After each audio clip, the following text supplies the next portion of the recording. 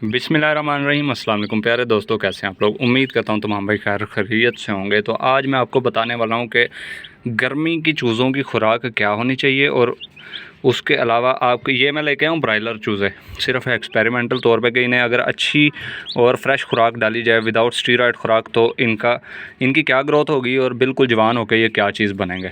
ठीक है, without steroid खुराक। सबसे पहले इससे इन्हें हमने डाला है, मैं आपको जूम करके दिखाता हूँ अगर मैं आपको दिखा सकूँ तो।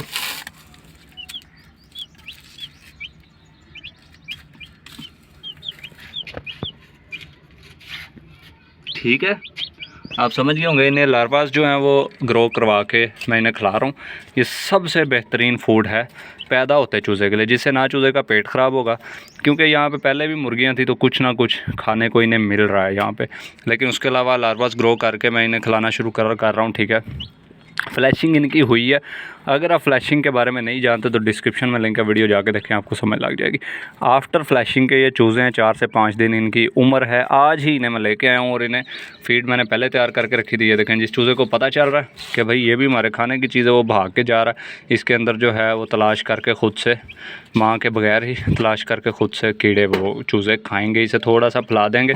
दूसरी चीज़, अगर ढीले ढाले चूज़े हैं आपके, ठीक है, अक्सर होता है कि चूज़े जी ढीले वो करते कराते वो चूज़े जो हैं वो मर जाते हैं। अब गर्मियाँ हैं क्योंकि, इसलिए गर्मियों पे बात करेंगे। अगर आपका चूज़ा ढीला है तो आप शुरू के अयाम में ही अपने चूज़े को न्यूरोबियान और पेनिसिलिन 5 लाख मिक्स करके एक एक कतरा तमाम चूज़ों को पिला सकते हैं। अच्छा, अब न्यूरोबियान बेसिकली क्या चीज़ है, ज़रूरी नहीं कि आपका चूज़ा बीमार हो तभी आपने देना, आप एहतियाती तौर पे भी चूज़े को दे सकते हैं। अब बेसिकली विटामिन बी की जो है वो भरमार है। ठीक है, B12, B6,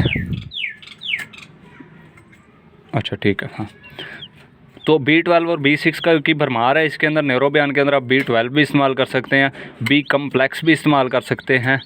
और क्या कर रहे हो उधर बेटे, और न्यूरोबियान भी आप इस्तेमाल कर सकते हैं। ठीक है, ये सब विटामिन्स के बेसिकली ये मल्टी विटामिन्स के इंजेक्शन है। असल काम करना है पेनिसिलिन 5 लाख ने।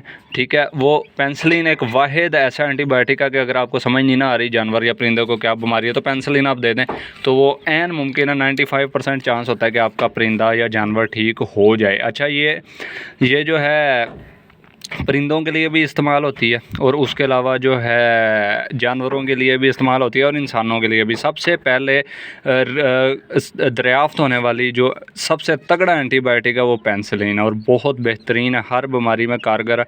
अभी तक चूज़े मेरे माशाल्लाह बिल्कुल ठीक है, इनमें से कोई ढीला नहीं है, देख के मैं लेके आऊँ। लेकिन ऐन मुमकिन है कि ये जाली से क्योंकि आए हैं, घर में निकलवाए हुए नहीं हैं, तो इनकी कोई गारंटी नहीं है। जैसे ही कोई चूज़ा बीमार होगा तो इंशाल्लाह उसे मैं दवाई दूंगा, बल्कि बीमार होने से पहले वैक्सीनेशन के तौर पे उन्हें लाजमी दूंगा। वो देखें, एक चूज़ा बैठ गया, ठीक है, हाँफ रहा है।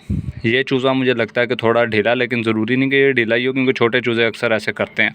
ठीक है, चूज़े सो भी जाते हैं बैठे बैठे, कमज़ोर होते हैं, छोटे होते हैं।